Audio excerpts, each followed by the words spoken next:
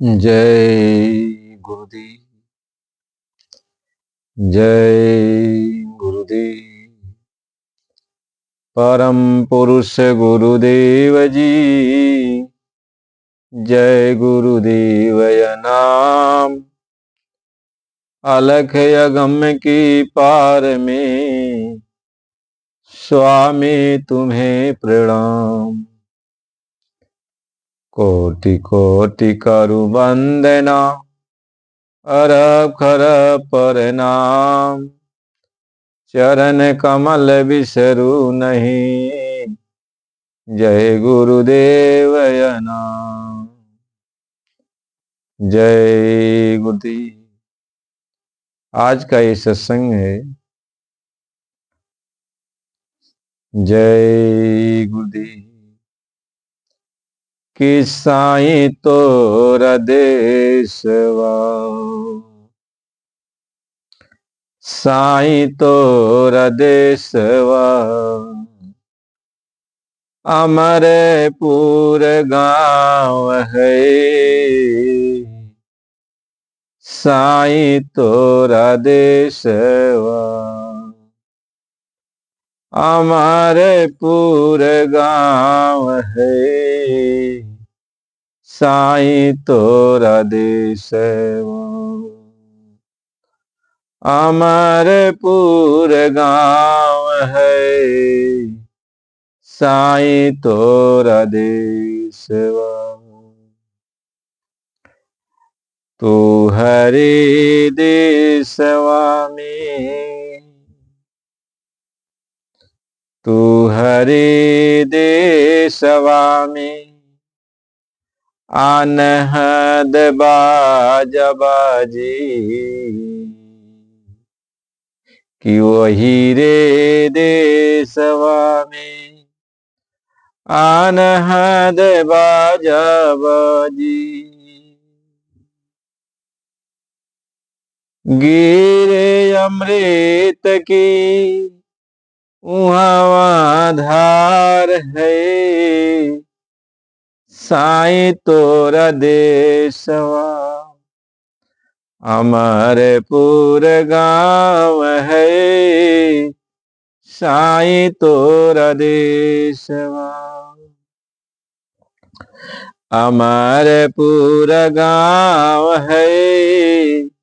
साईं तोरा देसवा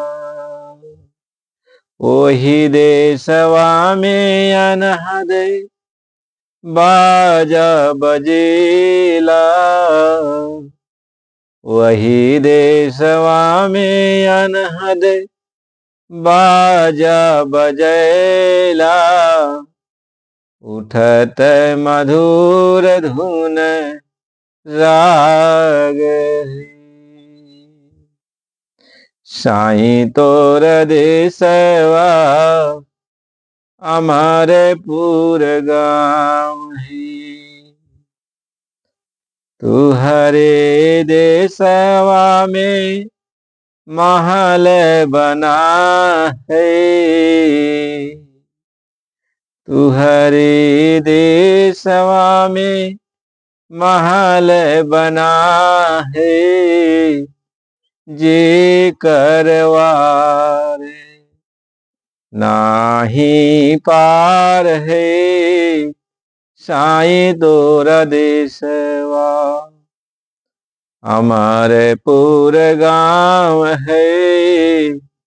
साईं तोरा देसवा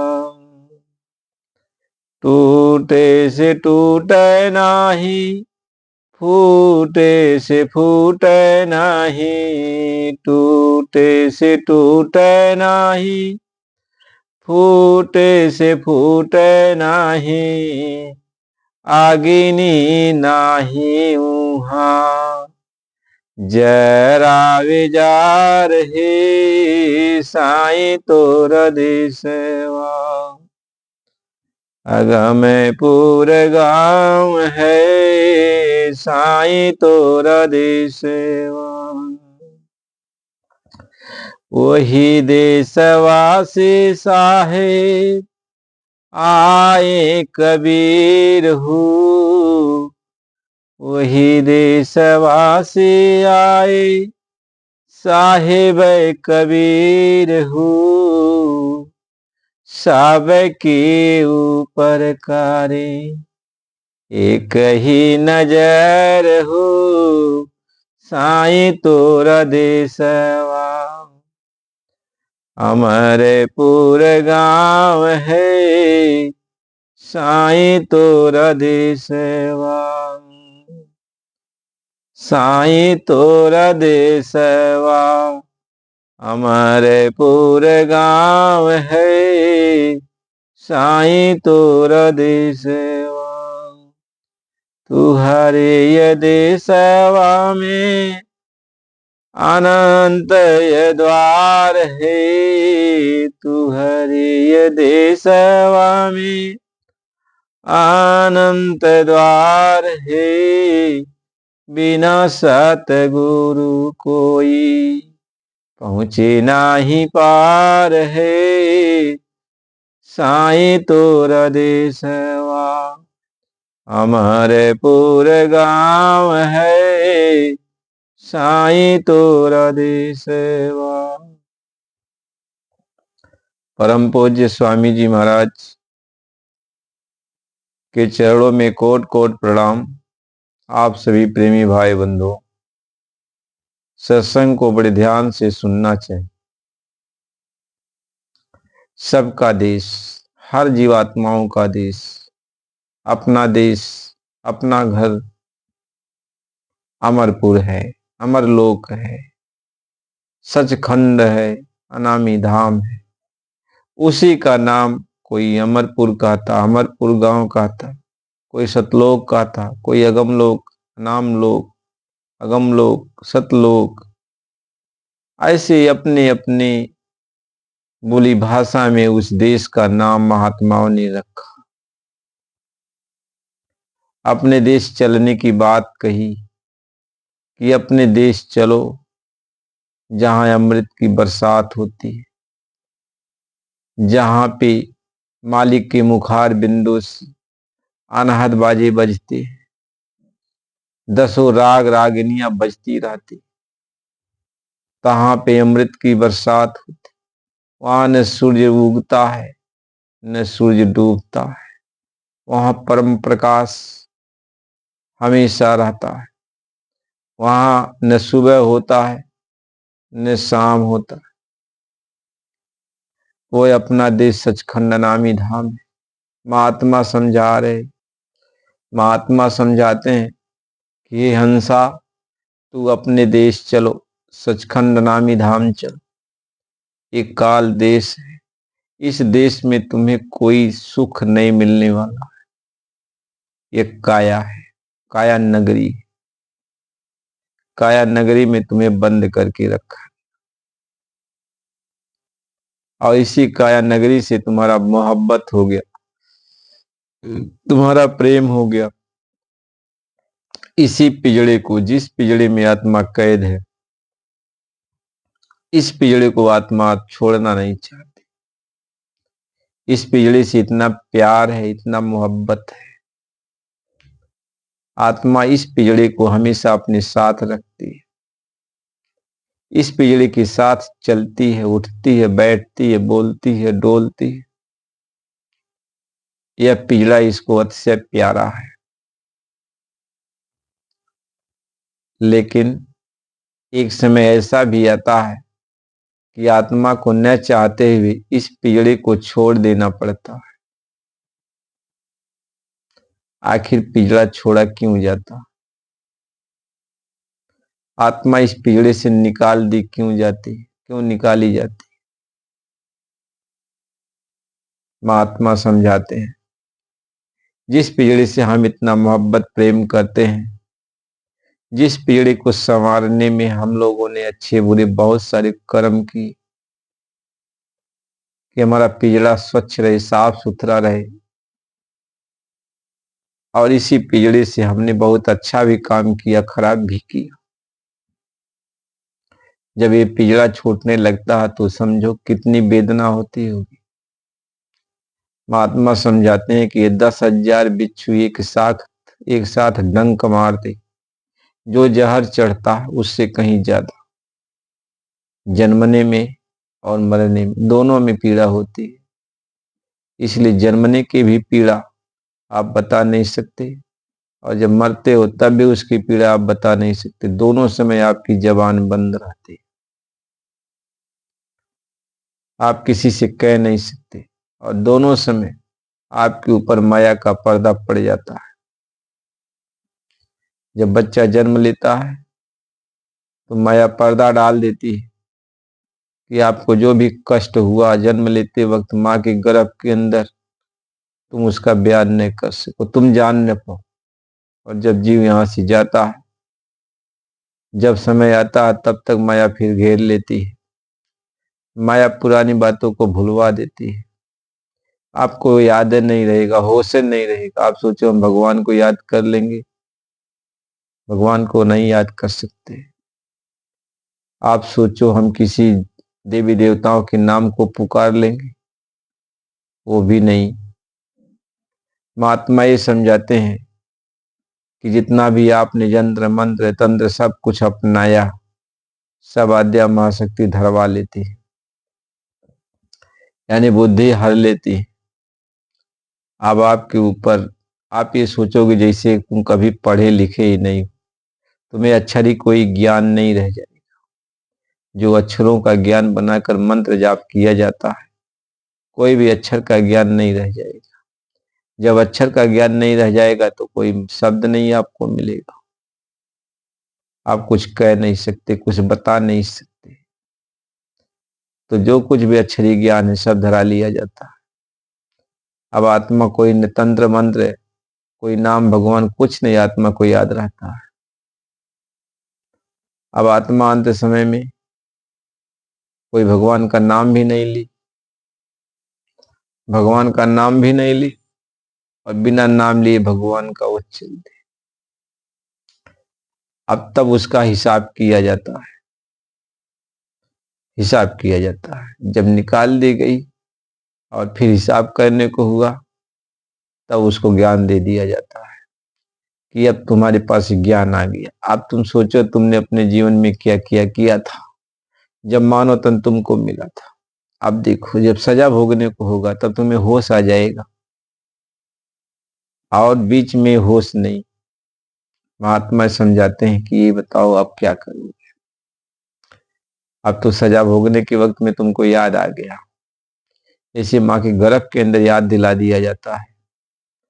कष्ट सह रहे हो, तड़प रहे हो, रो रहे हो, वैसे ही जब सजा देने का वक्त आता है तो याद दिला दिया जाता है। तो अब क्या करोगे, वहां याद करके जहां फैसला होना है जज के सामने, वहां तुम्हें याद आके क्या करेगा। क्योंकि जहां याद करके तुम्हारी मुक्ति होनी थी वो जगह ही खत्म हो गया, उस जगह से तुम्हें निकाल दिया गया। अब महात्मा इस बात को समझाते हैं, इसी बात को महात्मा समझाते हैं। अब क्या करोगे आप, इतना पढ़ लिख कर, इतना विद्वान पढ़ के, इतना आचार नियम से जब तब पूजा पाठ करके आप रहे, आपकी शोहरत मची, लेकिन अंत समय में सब भूल गए कि नहीं भूल गए।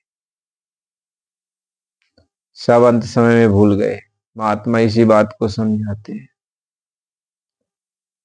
तो अब आपके सामने आपके कर्मों की रील आ जाएगी, जैसा आपने अपने जीवन में किया है उसी रील के अनुसार आपको सजा दी जाती है। इसलिए महात्मा कहते अंत काल में यदि भगवान का नाम याद आ जाए तो आप सारे पापों तापों से मुक्त हो जाओगे। लेकिन कुछ याता किसी को नहीं है। कोई पहुंचा होगा, कोई बहुत ऐसा रहा होगा बड़ भागी, जो कभी उसको याद आ गया तो उसका कल्याण हो गया। लेकिन अक्सर ऐसा देखा जाता है कि ऐसा किसी का होता नहीं है, किसी का होता नहीं, कोई बता के नहीं जाता। महात्मा इसी बात को समझाते हैं, इसी बात को समझाते हैं। इसलिए सबको चाहिए, पढ़े लिखे अनपढ़, ज्ञानी अज्ञानी, सबको चाहिए कि हम ऐसा कोई रास्ता निकालें जो हमारे अंत समय में साथ दे। तो महात्मा समझाते अंत समय में तुम्हारा साथ कौन देगा? भगवान का नाम दे, भगवान देंगे। तो भगवान का नाम जब आप जपते हो तो अंत समय भगवान का नाम भूल जाओगे, भगवान का ख्याल नहीं आएगा। तो कौन सी युक्ति है जिस युक्ति के द्वारा हम अंत समय तक भी भगवान को याद कर सकते हैं? तो महात्मा समझाते हैं वो चीज आपके अंदर है, वो चीज आपके अंदर है। महात्मा इस बात कहते हैं, हाय घट में सूझत नहीं, लानत ऐसी जिंदे, स्वामी इस संसार को हुआ मोती अबिन। है तुम्हारे घट में लेकिन सूझता नहीं है, तुम्हें मालूम नहीं पड़ता, वह तुम्हारे घट में है। यदि उस चीज से आप जुड़ जाओ तो अंत समय में आप होश में अपने शरीर को खाली करोगे और होश में ही आप जिस भगवान का चाहो, जो तुम्हारे इष्ट हैं, उनको आप याद करोगे। तो महात्मा ये समझाते हैं कि देखो बच्चा, एक संसार में जाति नाम होता है और एक सिफाती नाम होता है। तो महात्मा जब तुम्हें मिलते हैं तो जो निज नाम है, निज नाम से आपको जोड़ते हैं। तो जब निज नाम से जोड़ देते हैं, जब निज नाम का आप सिमरन करते हो, तो जो सच्चा नाम है वो प्रकट हो जाता है। निज नाम का सिमरन करके आप जो है सच्चे नाम के पास पहुंच जाते हो, जो तुम्हारे अंदर ही है वो प्रकट हो जाता है।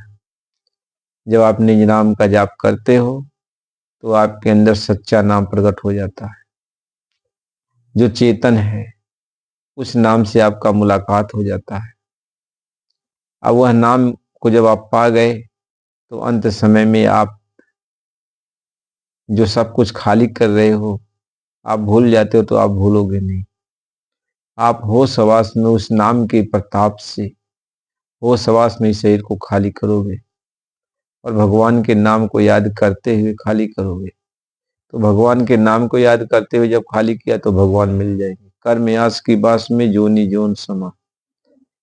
तो उस समय आपकी आशा भगवान के प्रति हो गई और आप जो है भगवान के पास आप चली जाओ, क्योंकि आपकी आशा भगवान में मिल गई। इसलिए महात्मा ये समझाते हैं, आशा तो सतनाम की और न चित में दास, और जो कुछ चित में नाम बिन सोई काल की खास। तो आशा भगवान के नाम की करो तो आप कालजार से बच जाओगे, ये जन्म मरण के बंधन से बच जाओगे। इसलिए हमेशा भगवान को याद करो, उनका नाम जपो, उनका सिमरन करो, सिमरन करो, नाम जपो। ऐसा करते करते एक दिन आएगा जब आप भगवान से भेंट कर लोगे, भगवान से बातचीत कर लोगे। इसलिए प्रेमी भाई बहनों, सत्संग की बड़ी जरूरत है और आप नए अभी हो तो सत्संग जरूर सुनो और चैनल को लाइक और सब्सक्राइब कर दीजिए। जय गुरु।